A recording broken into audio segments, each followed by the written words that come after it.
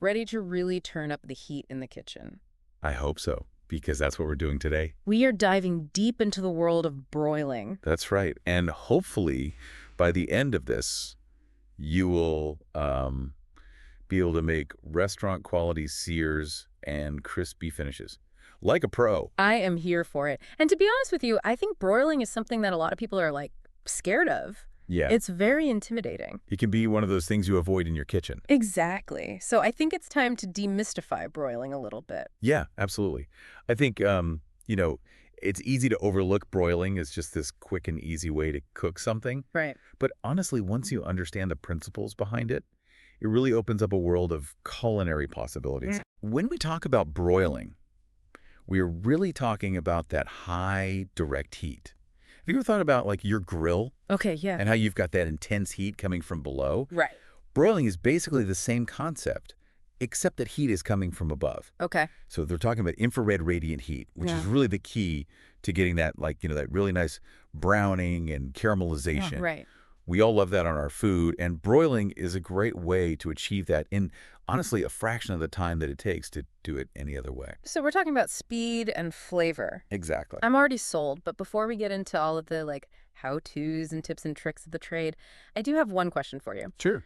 Gas versus electric boilers. Because I grew up in a house with a gas oven, but now I have an electric oven. Is there one that reigns supreme? That is a really great question. The good news is both gas and electric broilers are going to be able to get you those really amazing results that we're talking about. Okay, great. The main difference really comes down to the source of the heat itself. So with an electric broiler, you've typically got a heating element. Right. It's usually at the very top of your oven. At the top, okay. Whereas with a gas broiler, you're going to have a burner Okay. that is dedicated just for broiling. Hmm. And that burner can either be located at the top of the oven, or sometimes it can even be in a drawer below. Oh, interesting. It depends on how your oven is set up. So no matter what I'm working with, I can still achieve broiling mastery. Absolutely. But one important thing to note is that temperatures can vary Okay. quite significantly between broilers. Oh, really? Yeah, I mean, we're talking anywhere from like a relatively mild 550 degrees Fahrenheit all the way up to a scorching 2,000 degrees Fahrenheit. 2,000 degrees. Yeah. I am down for a culinary adventure. But that just sounds a little, even for me, a little intense, Right. a little hot. Yeah. Rest assured, most home ovens are going to top out at a much more manageable temperature. Okay, good. You're usually looking at somewhere between 550 to 575 degrees Fahrenheit. Okay. But it is always a good idea to just double check your oven's manual. Right. Because every oven can be a little bit different. Right. And I think, speaking of specifics, before you even think about firing up that broiler, there are some essential techniques that are really going to set you up for success. Okay. I'm all ears. I love the why behind things, but I also am all about those practical, tips and tricks. Absolutely. And it all starts with being prepared. So are we talking, mise en place? Exactly. Get everything chopped, Yep. prepped, ready to go? That's exactly what we're talking about because, especially with broiling, we're talking about ensuring even cooking. Right. And one of the most important things is the thickness of your cuts. Okay. So you want to aim for uniformity whenever possible so that everything is cooking at the same rate. Right, because nobody wants something that's charred to a crisp on one end and then completely raw on the other. Exactly. And this is where things get really interesting, is the position of your food under the broiler plays a crucial role in how it cooks. Okay. Placing your food closer to that heat source, it's going to result in faster browning, Okay. which, we love that. Right. We love a good crust. We love a crust. But it also means that you have to be really watchful. Right. You don't want it to burn. Right. Now, on the other hand, if you position your food further away from the heat, this is going to promote more even cooking, Okay. which is especially helpful for those thicker cuts of meat. Okay, so it's all about finding that sweet spot. Exactly. That Goldilocks zone where the heat is just right. Yes, I love it. Speaking of sweet spots, let's talk a little bit about meat temperatures. Okay. In our research, I know we were talking about the touch test. Right. And I'll be honest with you, I am all about taking the guesswork out of things, You're sure? especially when we're talking about high heat. And you are absolutely right to do so. A meat thermometer is going to be your best friend when it comes to broiling Okay. because it takes all of the guesswork out of it. Right. You will know exactly when it is done. Yes. But that being said, there are some helpful visual cues that you can look out for, Okay. especially when we're talking about beef. Have you ever heard of the blue stage of doneness? Blue. Like the color blue. Yes, blue. I thought we were cooking, not painting a picture. Well, it's a very specific level of doneness, Okay. and it's one that's primarily favored by true steak aficionados. Okay. And basically what a blue steak means is that it's been cooked very, very minimally. Okay. So what you end up with is a cool red center. Okay. And then, of course, you've got that nice kind of charred exterior. Right. Now, as you cook it for a little bit longer, that steak is going to progress through different stages of doneness. So you go from blue to rare, medium, and so on. Okay. And what happens is that interior gradually transforms from red to pink as it gets closer and closer to being well done. So we're talking about like a spectrum, Yeah. a gradient almost of color Exactly. that corresponds to the internal temperature Precise. and how cooked it is. Right. Okay. Okay, that makes total sense. And actually, here's another important thing to keep in mind. Carryover cooking. Carryover cooking. Yeah, so Tell me more. even after you remove your food from the broiler, Okay. from that intense heat. Right. It actually continues to cook from the residual heat. Interesting. And this is especially true for thinner cuts. That makes sense. So it's always a good idea to like pull it out a touch earlier Oh, okay.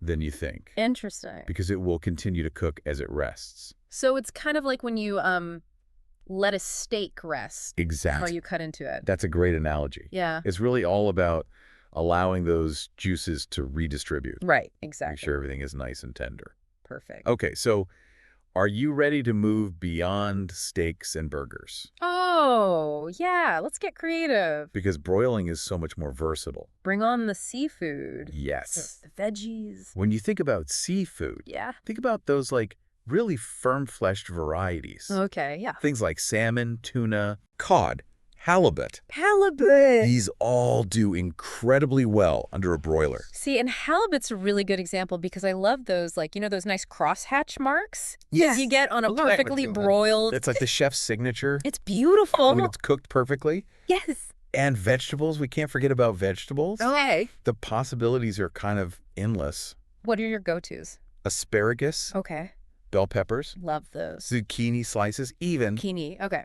they all get that incredible depth of flavor Yeah. when you give them that quick hit of heat from the broiler. That crispy, like, caramelized exterior Right. against the tender interior of a vegetable. The best. It's so good. It's the best of both worlds. It is. It is. Now, we're talking a lot about broiling. We are. It's not to say that it's superior It's okay. to any other cooking method. Right. Right. It's just that Yeah. every technique has its strengths. Right. It's all about, It's applications. yeah. Right. So, for example, you know, we talk about broiling. Yeah. You talk about baking. Yep. Both of those use dry heat. Right.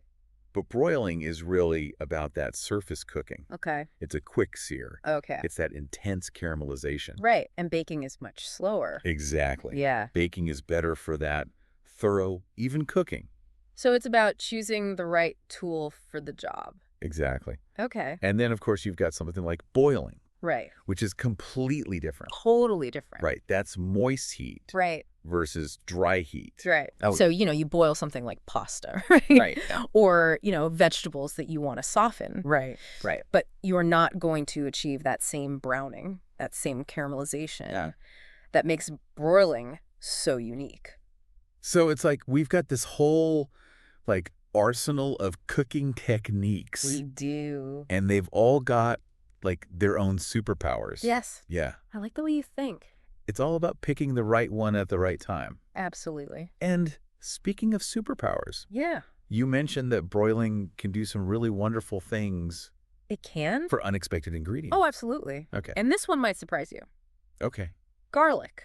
Garlic. Yeah. Really? Yeah. Wow, that's interesting. Right. I would never have thought to broil garlic. Yeah, so many people, they think about like sautéing it in a pan Right. or roasting it alongside their vegetables. Right, exactly. But broiling it is so special. What makes it so special? Okay, you've got to tell me more about this whole broiled garlic thing. It's kind of mind-blowing, honestly, Okay. because when you expose garlic to that direct heat, those cloves that we normally think of as being kind of pungent, Right. they totally change. They soften and they become like this sweet, spreadable delicacy. So wait, instead of that sharp flavor, it's sweet. Yeah, it's really interesting how that happens. It's all about chemistry, really. Okay. Garlic's got this compound, allicin, Okay.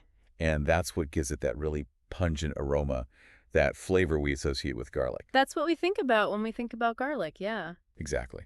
And so when you apply heat, you're basically breaking down that allicin. Okay. And so you lose that sharpness, and the garlic's natural sweetness can really shine through. So like roasting it, but way faster. Yeah, exactly. It's like roasting on fast forward. I love it. And then you can do so much with it. You can put it on bread, you can mix it into sauces, you can make dips with it. Oh my gosh, the possibilities are endless. They really are. Yeah. And, it's funny. We always talk about, like, oh, we want to caramelize things Yeah. and bring out the sweetness in, like, Onions. onions, peppers, things like Yeah. that. But garlic has that, too, and people Yeah. forget about it. That's true. That's true. So broiling it is a great way to, like, unlock that hidden depth of flavor. I love that. So we've talked about so much today. We have... The fundamentals of broiling, some really like insider tips. Right. We even found a hidden gem. Who knew?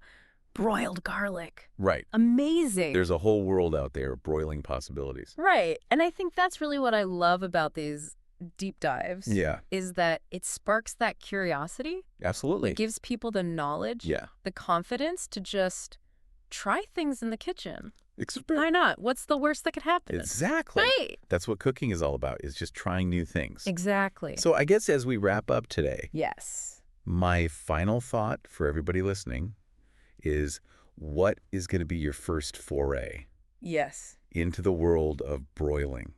Are you going to go for that perfect steak with those beautiful grill marks we talked about?